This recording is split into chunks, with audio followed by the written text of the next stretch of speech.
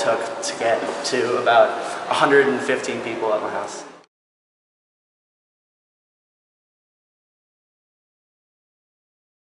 I felt hella dumb.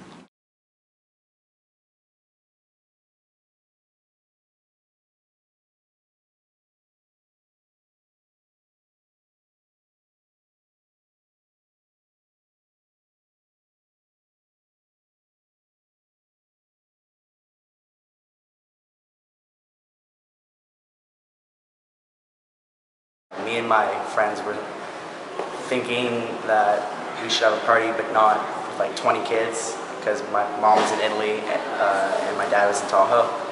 Your parents are away. Did you feel sort of obligated to almost throw a party just because like you had the opportunity? No, I felt obligated because they're gone for 3 days. I chose to throw this party because a lot of kids in our grade haven't been throwing parties, and I wanted to get just like a good amount of kids over at my house. All grades that were there, like we had like 2 freshmen, 25 sophomores, 40 juniors, and like 50 seniors, and like 10 or 20 freshman college kids.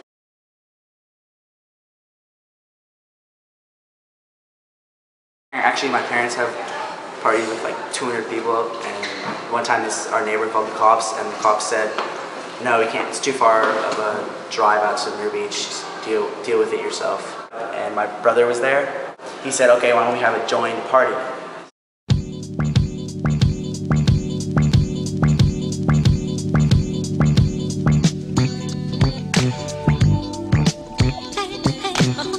A party is a place of heightened social interaction.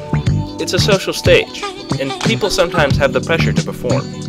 That pressure can lead them to do things that they haven't thought through, or that perhaps they don't want to do, because it's expected of them.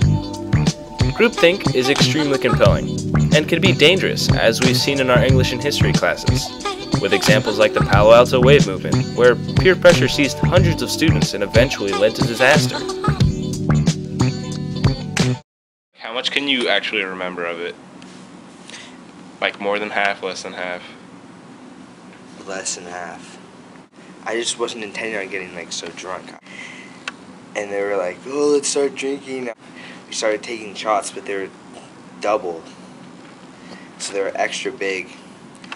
And then I was like, didn't even know what I was doing. I don't think I would have drank it all if he hadn't came upstairs. At a house party, groupthink dominates. No one wants to be left alone or offend those around them, so they try and impress.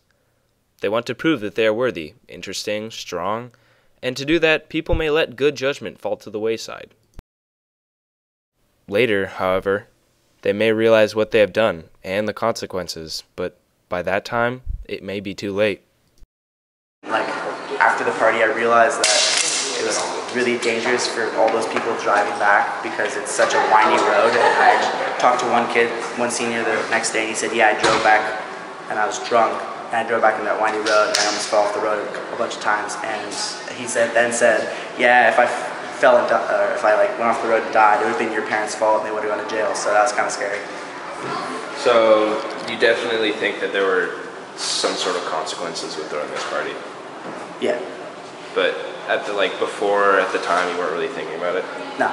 Yeah, there weren't any big consequences.